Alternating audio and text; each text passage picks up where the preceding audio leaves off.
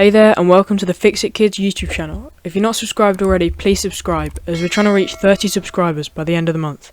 In today's video we're going to be talking about ESD in phone repair. So what is ESD? ESD, or electrostatic discharge, occurs all the time in everyday situations, like when walking on a carpet in plastic-soled shoes. When this happens, negative charges are picked up and distributed around your whole body. Once you make contact with another conductive object, this charge immediately discharges. So what about ESD in phone repair? Static in phone repair is slightly different to static in everyday life. The electrostatic discharge you may get during a repair is more damaging to your device rather than yourself. Many small parts found inside of a phone are ESD sensitive and must be handled with precaution.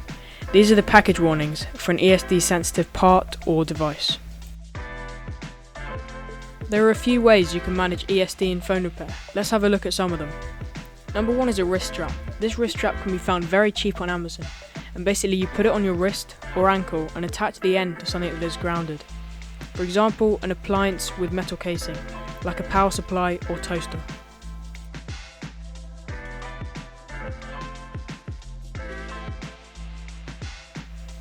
You can also get ESD safe tools.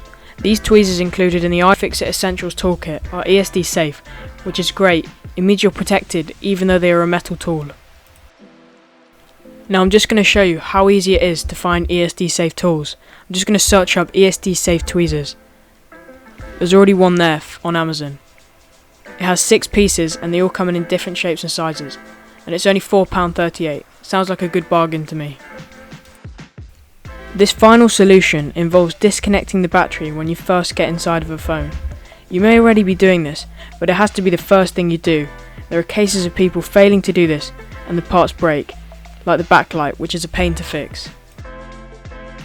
If there's one thing I want you to take away from this video, is that the fact ESD isn't too serious in phone repair.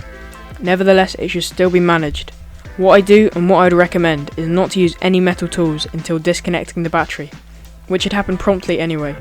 Tweezers are a key part in phone repair, so please use ESD safe ones. Thanks for watching, and as always, we'll see you next week.